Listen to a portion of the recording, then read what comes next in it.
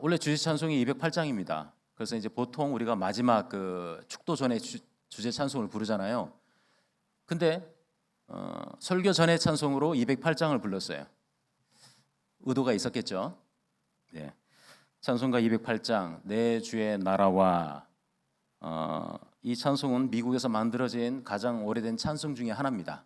예, 미국에서 만들어진 이 찬송은 목사이자 박사이며 또한 대학교 총장이었던 티모시 드와이트 라는 분이 어떤 왓츠 목사라는 분인데 그분이 쓴 시를 약간 수정해 가지고 작사한 곡이에요.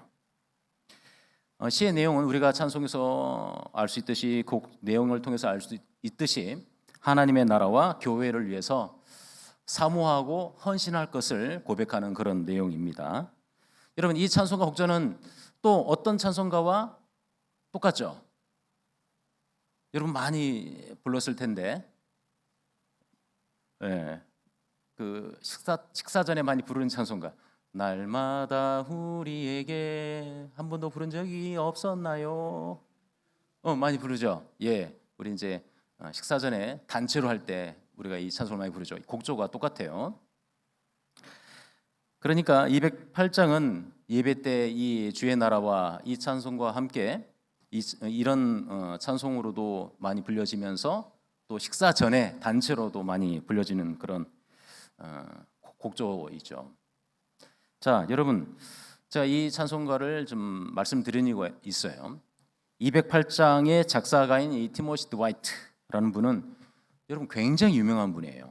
그리고 개혁 신학을 주창하고 따르고 개혁 신학자로서 찬송가를 어떻게 만들어야 되는지를 보여주는 대표적인 그런 분이라고 볼 수 있어요.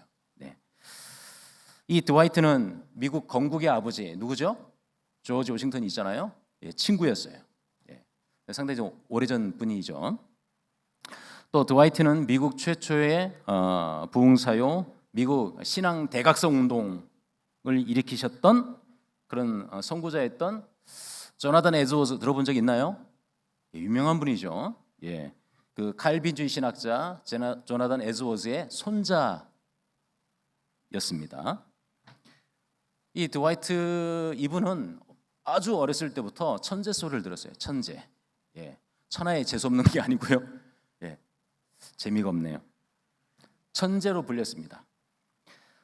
4살 때 성경을 읽었어요. 그 정도는 나도 어렸을 때부터 뭐 강제로 오긴 하지만 읽었습니다라고 하는 사람도 있을 수 있겠죠. 자, 6살 때 그가 한 게 뭐냐면 아버지가 제발 좀 하지 말라고 금지한 게 있어요. 무엇이냐면 뭐 놀이나 게임이나 이게 아니고요. 라틴어 공부였어요. 6살 때. 그것도 기초 라틴어가 아니라 상급자용 라틴어를 6살 때 독파했어요. 네, 짜증이 확 나죠. 네.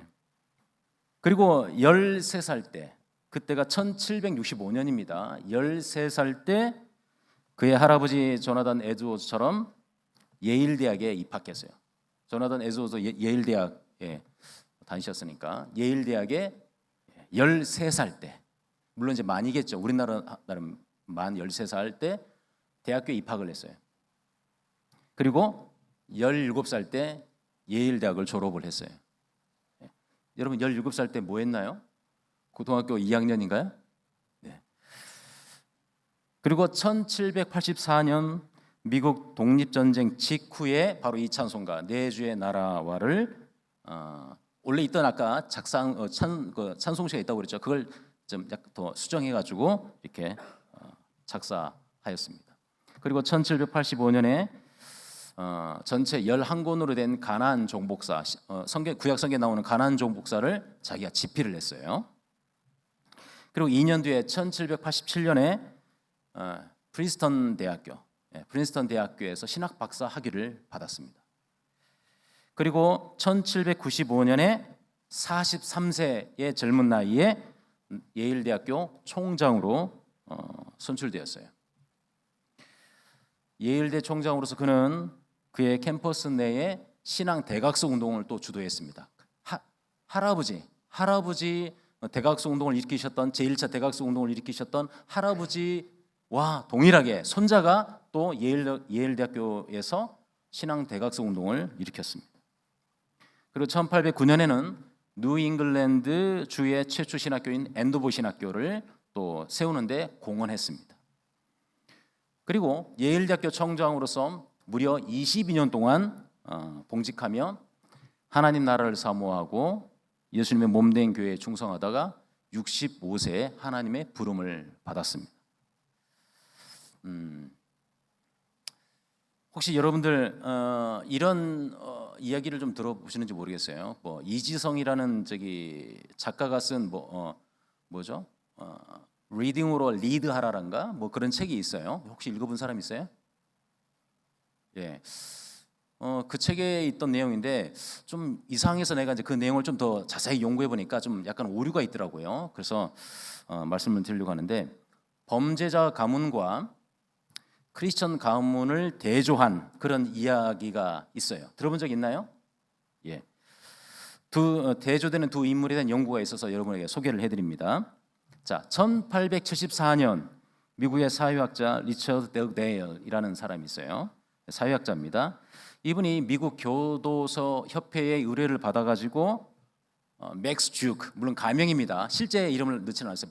맥스 듀크라는 가명의 인물 범죄자입니다. 범죄자 이 가문의 실태를 조사를 했었어요. 예, 1874년에 그런 조사가 있고 난 다음에 약 한 25년 뒤에 1900년에 미국의 교육학자 엘버트 윈십이라는 사람이 있는데 교육학자입니다. 이 사람이 아까 맥스 주크라는 그 범죄자 가문의 실태 25년 전에 있었던 거 있었죠? 그것과 함께 또 자신이 그와 대조되는 사례로서 아까 제가 언급했던 조나단 에즈워스, 조나단 에즈워스의 가문을 조사하여 책을 냈습니다.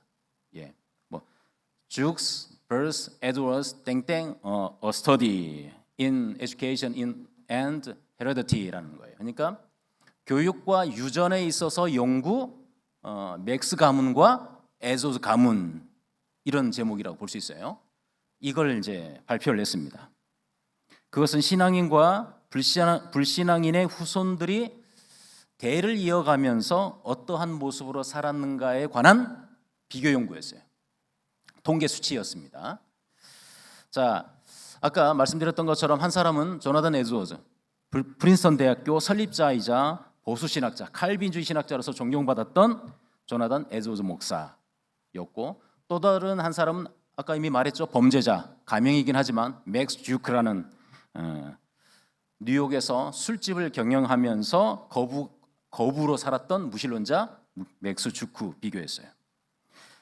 엘버트 빈십은 이 두 사람을 5대까지 면밀하게 조사를 해서 통계화했어요. 자, 그 결과가 참 놀라웠습니다. 조나단 에즈워즈의 5대에 걸친 후손들은 896명이었어요. 그런데 이 96명을 이렇게 통계하다 보니까 그 중에 선교사와 목사가 무려 116명이 배출되어서 5대까지 보았을 때 엄청나게 많은 인원이죠. 116명이에요. 아까 896명 가운데 116명이에요. 어마어마하죠. 이걸 뭐 8대1이라고 해야 되나? 한 7대1 되나요? 예. 그 다음에 교사, 교수, 학장, 총장 등 교육자가 86명이었어요. 그리고 이 교육자 중에는 총장이 3명, 학장이 66명이나 되었습니다. 그 총장 중에는 아까 제가 말씀드렸던 누굽니까? 찬송가 208장 내 주의 나라를 작사한 티모시 드와이트가 있죠. 그리고 이제 정치가가 있어요. 부통령이 1명, 상원의원이 4명, 또 문학가 및 문필가가 75명, 발명가도 있었네요. 21명, 기업가 73명, 그리고 교회의 직분자요 일꾼들인 장로 집사가 무려 286명이나 되었다고 합니다. 자, 그다음 표본 모델이 누굽니까? 맥스 주크이죠. 역시 5대 후손을 살펴보았습니다. 약 1062명이었다고 합니다. 그런데 이 통계 수치를 좀 통계내다 보니까 이들 가운데 평균 교도소 말도 잘 안 나오네. 교도소 생활을 5년 정도 한 사람이 96명, 정신병자 및 알코올 중독자가 58명, 뭐 장녀가 6명, 정부 보조 극빈자가 286명, 그 다음에 제대로 배우지 못한 불황무식한 자가 406명이나 되었고, 이들이 사고를 쳐서 연방 정부의 예산을 낭비한 금액이 무려 1억 5천만 달러가 되었다고 합니다. 1900년대예요. 1900년대 조사예요. 자, 물론 이 통계는 1900년까지 수치를 낸 거예요. 그래서 분명히 한계가 있어요. 그렇죠? 그 통계는 통계일 뿐이지 그게 절대화돼서는 안 돼요. 또 그 가운데 멕시코 가운데도 분명히 예수 믿는 사람이 생겼을 거예요. 그런데 제가 말한 건 뭐냐면 전반적인 흐름이라는 거예요. 전반적인 흐름. 그래서 이런 결과를 통해서 우리가 느낄 수 있는 건 하나님을 섬기는 가정, 사회, 나라가 자손 대대에 이르도록 복을 받는다는 사실을 웅변적으로 설명해 주고 있죠. 그렇다면 찬송가 208장의 1절, 내 주의 나라와 주 계신 성전과 피 흘려 사신 교회를 늘 사랑합니다 라는 이 가사는 단지 한 줄의 가사만으로 끝나지 않는 거예요. 예. 작사가 티모시 드와이트의 신앙 고백이면서 나아가 조나단 에즈워스 목사님의 가문 전체의 신앙 고백이기도 한 것이죠. 예수 믿는 가문이 디모데전서 3장 15절처럼 이 집은 살아계신 하나님의 교회요 진리와 진리의 기둥과 터다 라는 이 말씀을 붙잡고 살았음을 우리는 이 찬송가를 통해서 볼 수 있는 거예요. 네. 질문해 볼까요? 여러분은 어떤 가문에 속해 있나요? 물론 신앙생활 3대, 4대 이렇게 이어져 온 분도 있을 거예요. 어떤 분은 불신 가정에서 신앙의 1세대로 살아가고 있는 친구도 있을 거예요. 그런 친구도 몇 명 보이더라고요. 저도 신앙의 1세대예요. 예. 중요한 건 그겁니다. 과거에 내가 어떤 가문에 속해 있느냐가 중요한 게 아니에요. 여러분들 예수 믿는다고 그랬죠, 어제? 여러분들이 예수 믿는 이 순간이 중요한 거예요. 이제부터 신앙의 물론 이제 원래 신앙의 가문이었던 사람도 물론 있긴 하겠지만 여러분이 이제부터 만들어갈 가문이 중요한 거예요. 어떤 가문을 만드시겠어요? 신앙의 가문을 만드시겠습니까? 아니면 막 사는 가문을 만드시겠습니까? 자, 오늘 본문을 살펴볼까요? 자, 디모데전서는 목회 서신이면서 개인적 서신으로 알려져 있죠. 학자들은 이 디모데전서와 디모데후서 그리고 디도서를 하나로 묶어서 바울이 그 사역의 마지막 기간에 쓴 개인적 서신이면서 또 목회 서신으로 구분하고 있습니다. 그런데 우리가 놓쳐서는 안 되는 점이 있습니다. 비록 디모데 개인과 디도 개인에게 사도 바울이 목회자의 심정으로 젊은 목회자인 이제 막 목회를 시작한 젊은 목회자인 디모데와 디도에게 유언하면서 권면하는 내용이지만 이 서신들 또한 교회 공동체를 위한 서신이란 점입니다.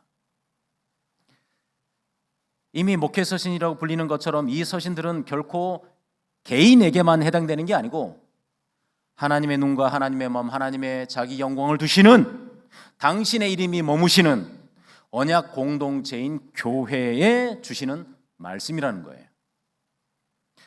여러분 어제 저녁에 들었던 말씀 기억하십니까?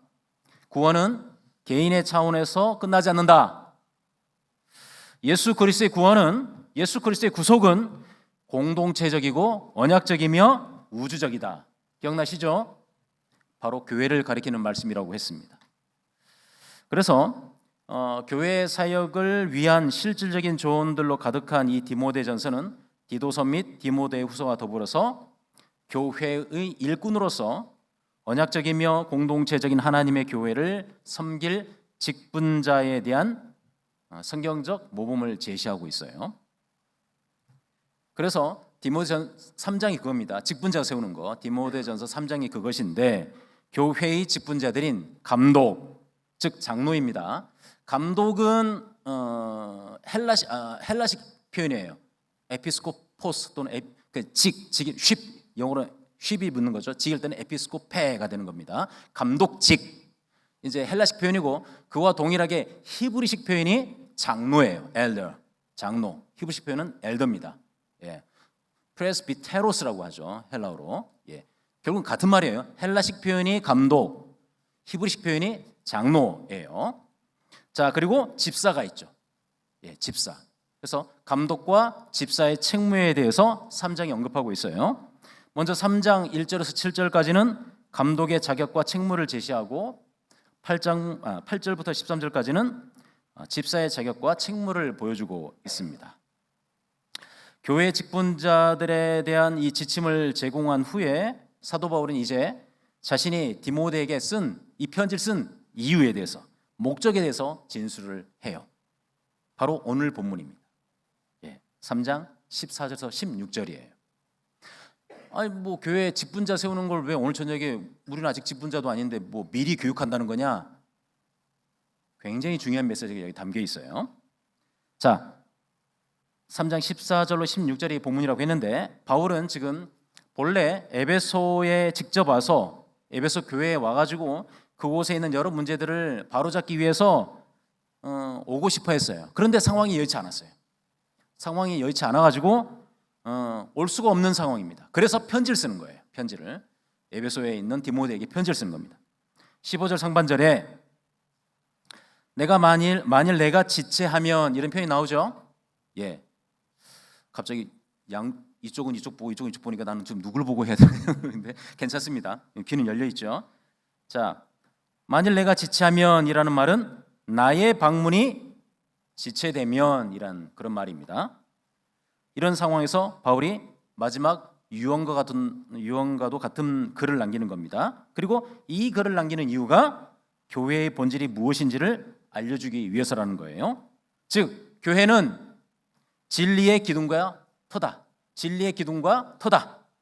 교회는 바로 예수 그리스도의 사역에 기초하고 있는 교회다. 이걸 지금 말하고 있는 겁니다.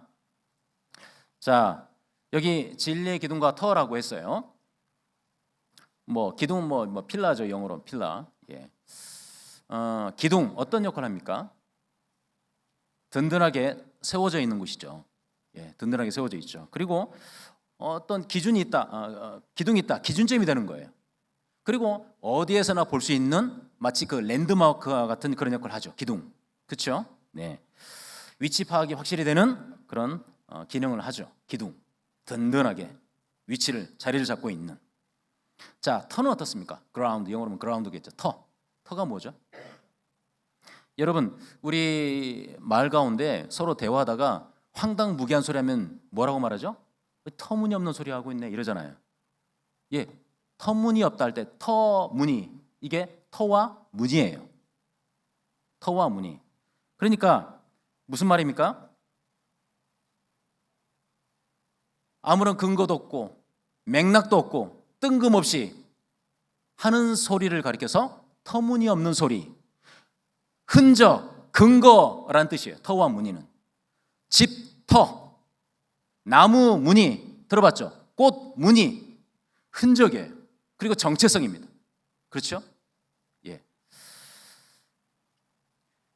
뿌리가 있고 누구나 볼 수 있는 흔적이 있으며 살아온 족적을 보여주는 말, 터 무늬, 터와 무늬예요. 여러분, 우리 예수 믿는 자들에게는 매우 분명하고 확실한 흔적인 터와 무늬가 있어요. 바로 우리 안에, 우리 몸 안에 예수의 터와 무늬, 흔적을 지니고 있다는 것이죠. 성경이 말하고 있죠. 성경 어디에 나오죠?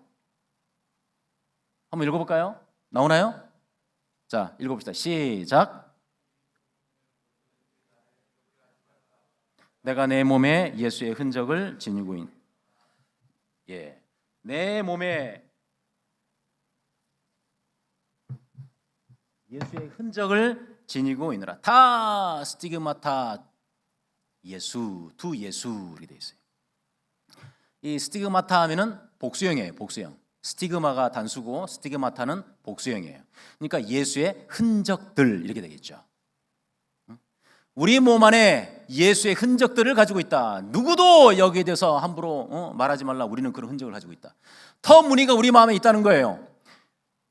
믿지 않은 사람들은 못 보는데 하나님은 아시고 하나님은 보실 수 있는 여러분 가운데 터무니가 있어요. 터무니없다. 터와 무니가 있어요. 여러분 갖고 있습니까? 하나님과 여러분만이 아는 터와 무니가 있어요. 구원받은 증거입니다. 성령의 내주하심, 말씀이 깊이 내 마음에 새겨짐, 그게 바로 터와 무니예요. 그러므로 교회가 기둥과 터라는 말은 하나님의 진리를 세상 앞에 공개적으로 당당하게 제시하거나 선보여야 하는 교회의 본질적인 역할을 보여줍니다. 우리의 터와 무늬를 세상 앞에 보여줘야 되는 거예요. 세상 앞에 당당히 보여줘야 돼요. 우리는 이런 존재다라는 거죠. 예수 믿는 게 부끄럽습니까? 숨기고 감추고 싶습니까? 우리 주님은 저와 여러분을 구원하는데 부끄러움을 개의치 아니하셨다고 되어 있어요. 성경에 나옵니다. 저와 여러분을 구원하시기 위해서 십자가 지는 것을 부끄러워하지 아니하였다고 그랬어요. 아니, 성경의 원어대로 하면은 부끄러움을 멸시하셨다고 돼요. Despising the shame이라고 되어 있어요. 어디 나오죠? 히브리서 12장 2절이에요. 십자가를 참으사 부끄러움을 개의치 아니하시고, 좀 더 직역하면 부끄러움을 멸시하셨다입니다. 세상 사람들은 십자가에 지는 걸 야, 이거 수치다, 부끄러운 일이다, 수치다 하지만 예수님은 나는 자랑스러운데, 나는 오히려 이걸 영광스럽게 생각하는데 왜?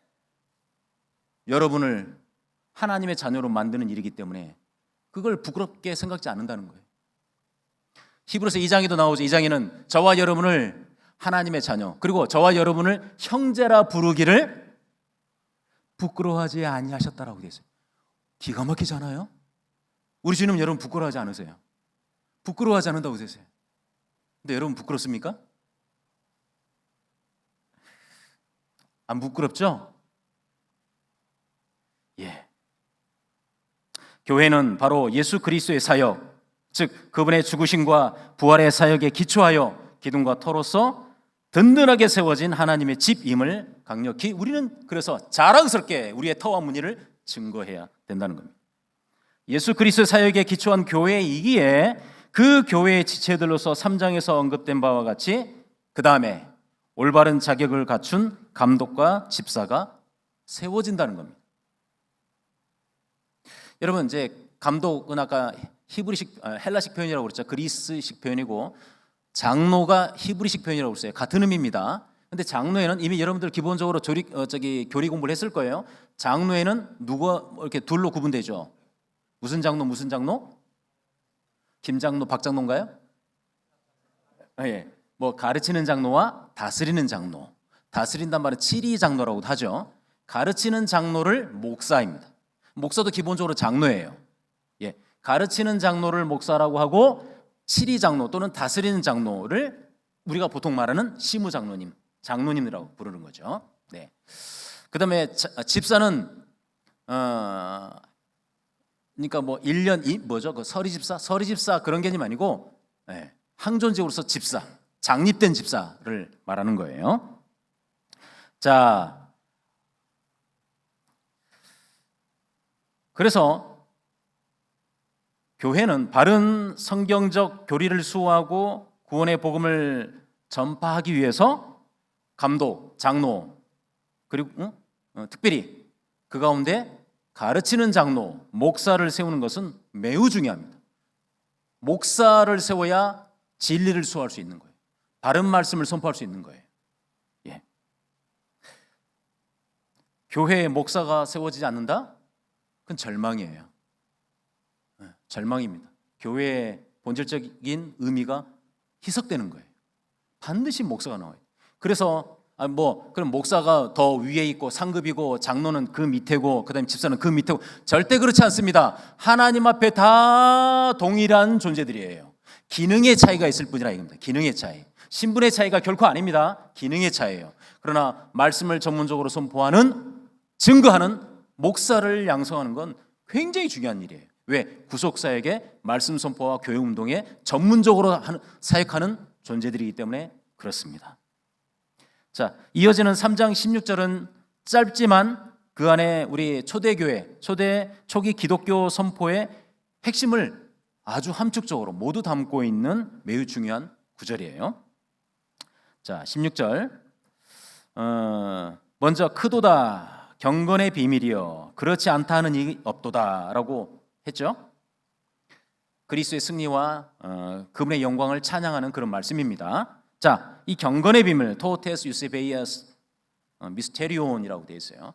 예, 또는 토 미스테리온 테스 유세베이아스 헬라어는 순서를 바꿔도 상관없어요. 다 의미가 통하기 때문에 전혀 문제가 없어요. 자, 토테스 유세베이아스 미스테리온 경건의 비밀. 경건의 비밀. 이 무슨 말이냐? 예수 그리스도 안에 나타난 하나님의 계시를 말해요. 좀 어렵죠? 자, 계시란 말이 어렵죠. 근데 아마 배운 친구들 많이 있을 거예요. 계시가 뭐예요? 드러내 보인다라는 뜻이죠.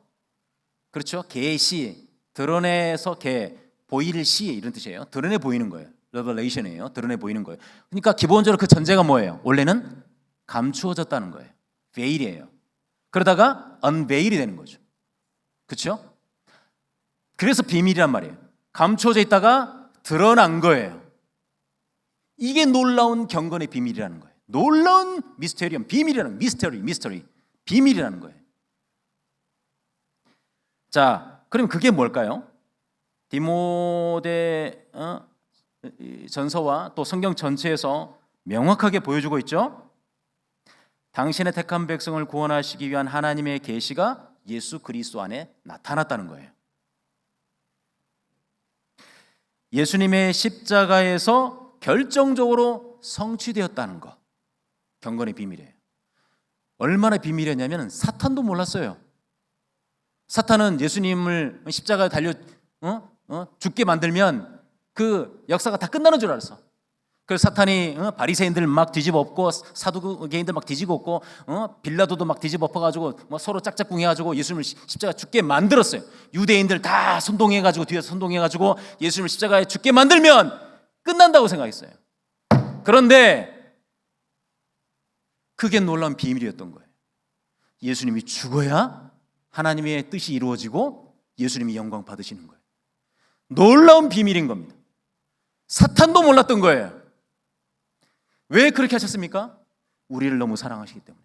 교회를 새롭게 창조하시기 위해서. 바로 십자가에서 결정적으로 성취됨으로써 그 구원의 비밀이, 크고도 놀라운 경건의 비밀이 만천하에 드러나게 된 것입니다. 이 비밀이 매우 크고 위대함을 바울은 지금 고백하고 있는 거예요. 크도다 경건의 비밀이요. 그렇지 않다고 말할 사람이 그 누가 있겠느냐? 모두 다 인정하고 고백한다 이 말입니다. 자, 그러면 그 경건의 비밀이 구체적으로 무엇인지 볼까요? 그게 바로 16절에 이어지는 내용들이에요. 자, 16절에 보면은 6개의 이제 구절이 등장하는데 이게 다 쌍으로 돼 있어요. 어페어 스토리. 이야기, 짝 이야기로 돼 있어요. 두 개씩 세 쌍이 6개의 구절인데 세 쌍으로 돼 있어요. 예. 자, 이는 그리스도 사역에 대한 진술이고 선포이며 신앙 고백입니다. 자세히 볼까요? 첫 번째 세 쌍인데 하나씩 다 풀어보겠습니다. 첫째, 뭐라고 고백합니까? 경건의 비밀. 첫 번째, 그리스도께서 성육신하셨다. 육신으로 나타나셨다. 이게 크고다 경건의 비밀의 첫 번째예요. 16절에 그가 육신으로 나타난 바 되시고. 여러분, 하나님이 예수께서 인간으로 나타나셨다. 우리에게 보이셨다. 이게 얼마나 놀라운 사실인지 아세요? 이사야서라든지 예레미야서에 그런 표현이 나와요. 이스라엘을 가리켜서 야고바, 뭐라고 말해요? 지렁이 같은 야고바 이렇게 말해요. 지렁이 같은 야고바.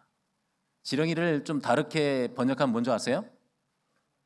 이 벌레 같은 야고바 이 말이에요.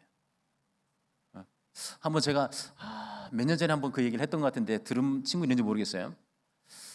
여러분, 시골 화장실 가본, 지금 시골은 엄청 잘 살아요. 다 이제 화장실도 다 좋습니다. 옛날 시골, 옛날 푸세식 시골 가본 사람. 뭔 말인지도 못 알아듣고 있네. 푸세식 시골 들어봤어요? 푸세식 시골이 아니라 뭐지? 푸세식 화장실 들어봤어요? 본 적 있어요? 특별히 여름에 가본 사람 있어요? 여름에? 겨울은 그나마 괜찮아. 용서하십시오. 옛날에는 시골에, 지금은 이제 각 아파트에 이제 화장실이 다 집에 있잖아요. 근데 옛날에는 냄새가 많이 나니까 최대한 집에서 떨어뜨려서 화장실을 만들어. 냄새가 많이 나니까. 그리고 땅을 깊게 파가지고 항아리가 사람 키보다 좀 거의 사람 키만한 2m짜리 항아리가 있어. 큰 항아리. 거기다 묻어. 깊게. 그리고 끝부분에 판자를 2개 딱 올려. 거기서 딱 앉아가지고 이제 볼일을 보는 거야. 이제 큰 항아리니까 이제 쌓이는데 시간이 오래 걸리겠죠. 근데 이제 언젠가는 쌓여. 근데 그게 거의 목까지 찰 때 여름이면 이제 고역입니다. 그냥 생각만 해도 끔찍하지. 보이는 거야.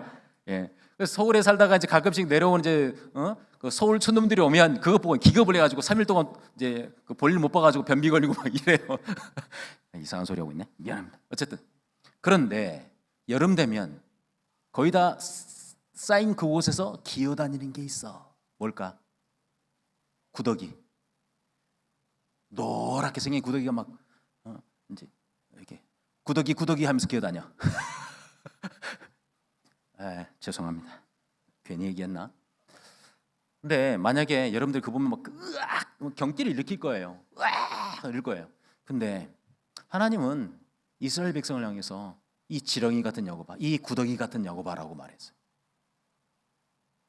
그러면서 예레미야서라든지 이서 보면은 내가 너를 기억한다, 내가 너를 속한다, 내가 너를 구속한다 이렇게 말해요. 만약에 여러분들 시골 화장실에 있는 그 구더기가 보면 볼수록 불쌍해. 그냥 자기들만의 이 조그만 여기 갇혀가지고 자기들이 막 아웅다웅 막 미어 터지고 막 너무 불쌍해. 건져주고 싶어. 그들을 구원하고 싶어. 그것만 해도 좀 끔찍하긴 하지만 그럼 어떻게 해야 돼요? 그들을 구원하려면 어떻게 해야 돼요? 건져내야 되잖아. 그치? 건져내야지. 건져내면 근데 돼? 아무리 여러분들이 뭐 내가 너를 구속하였다라는 말해도 구더기가 알아들어? 구더기는 뭔 소리 하고 있는 거야? 구덕 하면서 말 못해요. 해본 소리야. 말 못해요. 언어가 다르기 때문에 전혀 안 되잖아. 그렇죠? 그러면 그들의 언어로 말을 해야 될 거 아니야. 그렇죠? 그러면 구더기가 되는 수밖에 없어. 구더기로 그 안에 들어가야지. 들어가야지. 그리고 구더기 언어로 얘기를 해야지. 성경 그렇게 말하고 있어요. 이 구더기 같은 너희들, 근데 내가 너희를 구원하기 위해서 너희 몸을 입고 들어가겠다라고 말해요. 그게 바로 성육신입니다.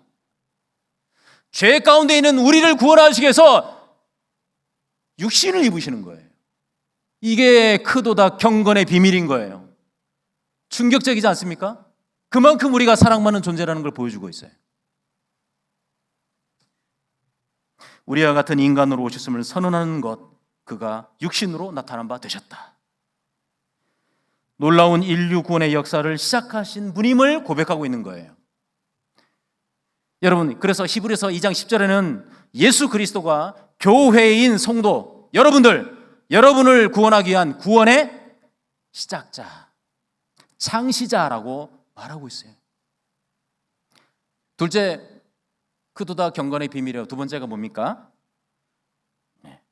그리스도께서 성령님에 의해 의롭다 하심을 받으셨다라는 고백이에요. 영으로 의롭다 하심을 받으시고라고 했어요. 바로 의롭다 하심을 받다 이 말은 그리스도의 부활에 대한 진술이에요. 영, 즉 성령님은 예수 그리스도의 사역에 권능을 부여하셨으며 최종적으로 그분을 죽은 자 가운데서 일으키심으로써 그분을 의롭다라고 선포하신 거예요. 이게 크도다 경건의 비밀입니다. 부활하셨다. 인류 가운데 부활한 사람이 누가 있습니까? 아무도 없어요. 예수님이 성령으로 말미암아 부활하신. 셋째, 크도다 경건의 비밀이요. 세 번째가 무엇입니까? 그리스도께서 천사들에게 보이셨다는 거예요. 이건 바로 그리스도의 승천에 대한 진술입니다. 또한 천상의 영역에서 그리스도의 영광스러운 승리를 목도하는 모든 관객들, 천사들뿐만 아니라 하나님 편에 있는 많은 신령한 존재들에게 목도되고 있다 이 말입니다. 예. 천사들은 승천하신 예수 그리스도를 저 천상의 영역에서도 목도하고 그분의 승리를 함께 찬양하고 있다는 선언, 바로 천사들에게 보이시고라는 표현입니다. 승천하신 주님. 그리고 네 번째가 뭡니까? 그보다 경건의 비밀 무엇입니까? 만국에서 전파되시고, 만국에서 전파되시고, 그리스도께서 만국에 전파되셨다라는 선언이에요. 무엇을 말합니까? 사도행전에서 확인되고 있듯이 오순절에 성령이 임재하셨습니다. 강림하셨습니다. 그리고 오순절에 강림하신 성령의 능력으로 사도들은 그리스도의 영광을 이 지상의 영역에서 전 세계 청중을 향해 선포했어요. 교회 운동이죠. 그도다 경건의 비밀. 여러분, 교회 운동이 놀라운 경건의 비밀이에요. 교회가 세워지는 게 그냥 뚝딱뚝 하나 둘 세워지는 게 아니에요. 성령께서 강력하게 이 땅에 역사하고 계신다는 놀라운 증거예요. 경건의 비밀이에요. 그 경건의 비밀 속에 여러분들이 지금 이렇게 신앙생활을 하고 있는 겁니다. 예수님은 예루살렘과 온 유대와 사마리아 왔던 끝까지 널리 전파되셨습니다. 여러분, 그리고 이 복음을 담고 있는 주체는 다름 아닌 언약의 신앙 공동체로서 교회다. 교회다. 자, 다섯 번째 경건의 비밀 무엇입니까? 그리스도께서 세상에서 믿음 바 되셨다. 여러분, 지상 영역에서 공동체 교회의 복음 전파의 결과가 무엇입니까? 저와 여러분들이에요. 이방인들이 그리스도 안에는 믿음과 구원으로 나아온 것. 원래 우리가 이방인들이었어요. 원래 우리가 이방인들이었어요. 죄 가운데 있었던 이방인들이었다고요. 그런데 예수 그리스도의 말씀을 듣고 믿음으로 나아온 거죠. 구원으로 나아온 거죠. 여러분이 예수 믿는 거, 이게 놀라운 경건의 비밀이에요. 지금 놀라운 흔적을 가지고 있는 사람들이 지금 여기에 60명, 70명 앉아 있는 겁니다. A few good men, 소수 정예예요. 지금 우리 교단에 여러 이제 집회가 있는데 그 중에 특수 목적의 집회가 대학생 대회예요. 예, 여러분 소수 정예로 모였어요. 신앙사관학교에 입소한 거예요. 마지막 날까지 못 나가. 확실하게 훈련받고 인관하고 내려가야 돼.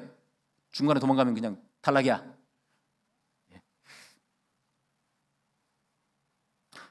공동체 교회의 복음 전파를 통해 바로 이 자리에 있는 저와 여러분이 그리스도 안의 믿음과 구원으로 나아왔던 것처럼 과거에도 현재에도 그리고 주님 오시는 그날까지 교회 공동체를 통해 그리스도께서 세상에서 믿음 바가 되신다는 선언. 여섯 번째가 무엇입니까? 경건의 비밀 여섯 번째가 무엇이에요? 그리스도께서 영광 가운데 올려지셨다라는 선언입니다. 그리스도께서 하나님의 보좌 우편에 앉으심을 말하는 거죠. 뿐만 아니라 이것은 또한 모든 이의 주로서 다스리시는 그리스도의 현재 통치를 말하고 있는 거예요. 예, 영광 가운데 올려주셨다. 우주의 통치자로 지금 왕적 통치를 행하고 계신다, 이런 뜻입니다. 여러분, 정돈해 볼까요? 예수님 이 땅에 오셔서 하늘나라를 전파하시고 그 하늘나라 공동체를 위해서 죽으셨으며 죽은 자들 가운데서 살아나시고 하늘에 오르시며 마침내 아버지의 영광 안으로 들어가셨다. 초대의 교회 신앙 고백, 함축되어 있는 고백이에요. 여기 영광 가운데 올려지셨다라는 이 선언, 영광, 하나님의 영광, 예수 그리스도의 영광, 성령의 영광, 교회의 영광, 이 영광, 이것이 바로 우리 개혁신학에 추구하는, 우리 재신교단이 추구하는 개혁신학의 최절정입니다. 하나님께 영광이에요. 솔리 데오 글로리아, 하나님께 영광인 거예요. 여러분, 각각 두 개의 이런 대꾸를 이룬 세상의 이 찬송의 내용은 초기 기독교 선포의 핵심이며 나중에 이것이 다듬어져서 교리적으로 확정된 신학의 내용입니다. 이게 다듬어서 이제 사도신경도 나오고 더 이제 종교개혁위원회 1648년경에는 이제 웨스민스터 신앙 고백서, 그다음에 대의문답, 소유문답, 뭐 그 이전에 제네바 또 신조 나오고 벨직 신앙 고백 나오고 하이델베르크 문답 나오고 다 이렇게 나오게 되는 거예요. 이 성경에 이걸 기초로 해가지고 이런 또 신앙 고백은 여러분 빌립보서 2장 5절에서 9절에도 나오고요, 히브리서 1장 1절로 4절에도 나와요. 그렇죠? 예, 로마서라든지 곳곳에 조금씩 나와요. 압축되어 있는 그런 기가 막힌 고백이 다 담겨 있어요. 그리스도의 성육신, 십자가 부활, 승천이 모두 들어있는 이 내용은 토 미스테리온 투 유세비아스, 테스 유세비아스, 경건의 비밀, 믿음의 비밀이고 구원의 비밀인 것입니다. 그도다 경건의 비밀이여 그렇지 않다는 이가 없도다. 기독교 복음의 핵심입니다. 여러분, 살아계신 하나님의 교회요, 진리 기둥과 터인 이 집은 바로 예수 그리스도의 사역에 기초한 그리스도 자신의 교회입니다. 예수께서 피 흘려 사신 교회인 것입니다. 그래서 이 집을 위해 합당한 자격을 갖춘 감독과 집사를 세워야 하는 것입니다. 거짓 교훈과 잘못된 사상을 설파하는 자들로부터 교회를 보호하고 진리를 수호하며 올바른 윤리적 삶과 건강한 공동체를 만들기 위해서 직분자를 세우는 것입니다. 그런데 여러분, 이 지상교회에서, 이 땅의 교회에서 목사, 장로, 집사, 권사, 거짓 목사가 나올 수 있고요, 거짓 장로가 나올 수 있고요, 거짓 권사도 나올 수 있어요. 세워질 수 있습니다. 자격이 없는 목사, 집사, 장로도 세워질 수 있어요. 눈에 보이는 이 교회, 가시적 교회, 오늘 주제죠. 가시적 교회. 가시적 교회에서 우리는 정확히 알곡과 가라지를 우리는 명백하게 구별할 수 없어요. 여러분, 무형교회와 유형교회 또는 가시적 교회와 비가시적 교회는 이런 말 들어본 적 있죠? 들어본 적 있을 거예요. 이런 용어는 우리에게 교회 안에 신자와 불신자가 함께 공존함을 보여주는 그런 용어라고 볼 수 있어요. 무형교회 또는 비가시적 교회는 조직신학자 웨인 그루뎀의 표현을 빌자면 하나님이 하시는 교회예요. 무형교회, 비가시적 교회는 하나님이 하시는 교회예요. 하나님은 믿음으로 그리스도에게 진실되게 연결된 자들을 틀림없이 명백하게 100% 완전히 아십니다. 그게 바로 무형교회고 비가시적 교회예요. 왜냐하면 하나님은 사람들의 마음을 꿰뚫어 보시기 때문에 그래요. 그런데 우리는 그럴 수 없어요. 우리에게 사람의 마음은 보이지 않기 때문입니다. 그래서 유형교회 또는 가시적 교회는 물론 유형교회와 가시적 교회도 사람들이 입으로 확실히, 그때는 정말 확실히 그리스도에 대한 신앙 고백을 하는 모든 자들과 또 그들의 자녀들로 구성돼요. 유형교회, 가시적 교회는 입술로 고백을 합니다. 그런데 그 고백이 정말 하나님께로부터 온 진정한 신앙 고백인지 아닌지는 우리는 모른다는 거예요. 그래서 가시적 교회, 유형교회예요. 단지 교회는, 교회의 지도자들이나 교회 공동체는 그런 이제 교인들의 신앙 고백을 듣고 이후에 여러 가지 검증 절차, 그냥 장로님 세우는 거 아니에요. 그냥 목사 세우거나 그냥 집사 세우는 게 아닙니다. 엄격한 여러 가지 기준들이 있어요. 그런 기준 가운데 하나가 이제 디모데 전서에 나오는 거, 디도서에 나와 있는 여러 가지 자격이 있죠. 이걸 바탕으로 해서 또 현대에 맞춰서 필요한 여러 가지 것들을 다 점검해 가지고 또 교육한 다음에 성도들에게 공동회를 통해서 이제 이렇게 확인받고 세우는 거예요. 그냥 세우는 거 절대 아닙니다. 목사에게 돈 많이 줘서 세우고 그런 거 아니에요. 물론 이상한 그런 사람들도 있긴 하겠지만 교회는 기본적으로 그렇게 세우는 게 아닙니다. 여러 가지 검증 절차를 통해서 목사와 장로와 집사가 세워줄 수 있죠. 가시적 교회에서는, 유형교회에서는. 그러나 그렇다고 해도 우리는 가시적 교회는 그들의 진정한 마음을 볼 수가 없어요. 그래서 유형교회, 가시적 교회는 약간의 불신자들, 그리고 선택되지 않는 사람들도 포함되고 그 가운데도 목사가 나올 수 있고 장로가 나올 수도 있는 거죠. 이해되십니까? 그러나 무형교회, 비가시적 교회는 하나님이 아세요.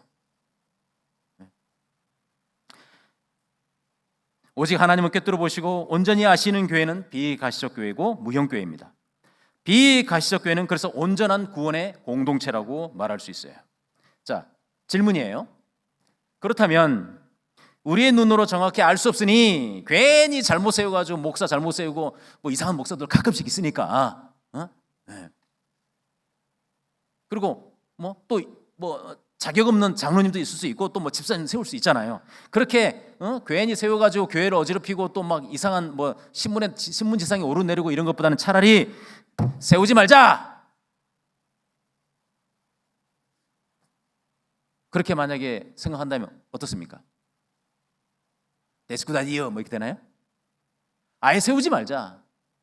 우리는 제대로 구별할 수 없으니까 그냥 세우지 말고 그냥 이대로 하자. 어때요? 여러분 놀랍게도 실제로 일부러 그래서 장로 집사를 안 세우는 교회도 있습니다. 집사까지는 세워요. 근데 장로는 안 세워요. 당회를 조직 안 하는 거예요. 자기 마음대로 하려고. 뭐 명분은 많아요. 전에 장로를 세우는데 장로가 갑자기, 용서하십시오, 장로라고 자꾸 말해서, 장로를 세우는데 장로가 갑자기 막 들고 일어나가지고 막 목회에 막 태클을 걸고, 그래서 결국은 성도 일부 성도를 데리고 나가버려가지고 내가 큰 상처를 받았다. 그래서 실제로 저한테 그렇게 말한 사람이 있었어요. 10몇 년 전에. 더 이상 장로 안 세운대요. 집사까지는 세운대요. 그게 합당한 명분일까요? 그건 하나님이 이 땅에 세우신 교회의 본질을 무시하고 망각하고 망령되이 하나님을 일컫는 거예요.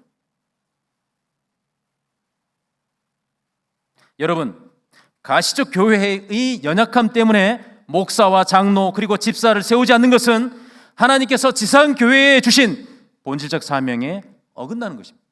장로직과 집사직은 항상 교회에 있어야 할 항존직으로 주셨어요. 성경에 나와 있는 것. 그래서 감독과 집사 디모데전서에 나오잖아요. 그리고 디도서에 나오잖아요. 귀한 직분이에요. 교회에 주신 귀한 직분입니다. 이 말을 오해하면 안 됩니다. 한번 목사가 됐어요. 한번 장로가 됐어요. 별짓을 다 해도 끝까지 목사 되는 거냐? 개인의 목사 타이틀을 말하는 게 아니에요. 교회 공동체의 항존직으로서 목사직과 장로직과 집사직이 있다는 거지, 개인 어떤 장로, 개인 목사, 개인 집사가 한번 그걸 받았으면 죽을 때까지 계속 된다, 그건 아니에요. 그래서 좀 그냥 좀 너무 좀 이렇게 좀 비약을 하면 목사님이 은퇴하고 목사직을 반납해도 돼요. 나는 그냥 일반 성도로서 그냥 하나님 섬기겠다, 그래도 돼요. 꼭 그렇게 해야 된다는 건 아닌데, 끝까지 은퇴하시고도 개인적으로 목사의 타이틀을 가지고 복음을 전하면서 또 하는 분도 있어요. 근데 그렇게 해도 된다는 말이에요. 무슨 말인지 이해되십니까? 교회 공동체 목사직과 장로직과 집사직을 준 거지, 개인 타이틀이 계속 영원히 항존된다, 그 말이 아니에요. 이해됩니까? 굉장히 여러분들 머리가 좋습니다. 잘 이해하고 있는 것 같아요. 다만 유형교회와 가시적 교회로서의 우리의 한계를 우리는 인정해야 돼요. 잘못 세울 수 있어요. 그래서 더욱 교회 공동체는 겸손하고 더욱 엄중히 성경의 가르침과 원리에 따라 직분자를 양육하고 세울 수 있도록 해야 되는 거예요. 하나님의 성령의 도우심을 구하면서. 말씀을 맺을까 합니다. 교회 공동체의 구성원인 여러분이요, 여러분은 반드시 잘 성장하고 믿음이 더욱 자라서 꼭 교회의 든든한 일꾼들이 되시기를 바랍니다. 혼자만 믿고 혼자만 신앙생활하며 교회를 멀리하는 그런 정말 어리석은 사람, 정말 어처구니 없는 사람, 터무니없는 사람이 되어서는 안 돼요. 여러분에겐 터와 무늬가 있다고 그랬잖아요. 교회 공동체를 누구보다 더 사랑하시고 교회 공동체의 일꾼이 되기 위해서 정말 힘쓰십시오. 나 목사가 되겠다, 나 교회에 정말 힘을 보태는 교회에 헌신하는 그런 장로가 되겠다. 정말 좋은 선한 마음이에요. 정말 내가 장로는 못 된다 해도 항존직 집사가 되어서 교회에 충성한 사람이 되겠다. 정말 귀한 마음이에요. 그런 마음을 가지고 있다면 하나님께서 은혜를 주신 거예요. 더군다나 아까 말씀드린 것처럼 그 중에 교회에서는 말씀이 선포돼야 되거든요. 말씀을 전하는 전문 사역자로서 목회자가 되겠다, 선교사가 되겠다, 복음 전파자가 되겠다고 소원한 친구들은 하나님이 정말 사랑하시는 거예요. 하나님께서 귀한 마음을 주셨다고 저는 그렇게 믿습니다. 사랑하는 여러분, 찬송가 208장의 가사처럼 우리는 이렇게 고백해야 할 겁니다. 시간만 된다면 저는 208장을 그래서 아까 처음에도 부르고 이거 한 다음에 또 부르고 표지 시작할 때 또 부르고 또 부르고 싶은데 너무 많이 부르면 그럴 것 같아서 자, 찬송가 208장의 가사처럼 우리는 이렇게 고백해야 됩니다. 바른 목사, 바른 장로, 바른 집사가 세워진 내 주의 교회는 하나님의 나라를 이 지상에서 미리 맛보는 은혜의 장소이기에 그렇게 우리 주님께서 이 교회를 눈동자와 같이 아끼사 보호하십니다. 드와이트 이 목사의 고백이에요. 또 우리의 고백이고 주님의 몸된 교회인 성도는 이 집에서 성도의 아름다운 교제와 성도 간의 위로를 건네며 우리 구주와 맺은 언약을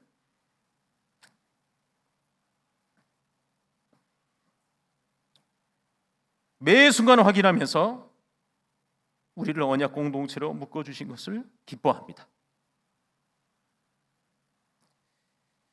마침내 여기 지상교회가 아닌 하늘의 영광과 베푸신 은혜가 진리와 함께 충만한 완전하고 영원한 저 천상교회에서 우리 모두가 할렐루야 하나님을 찬양하며 우리 모두가 머물게 하소서.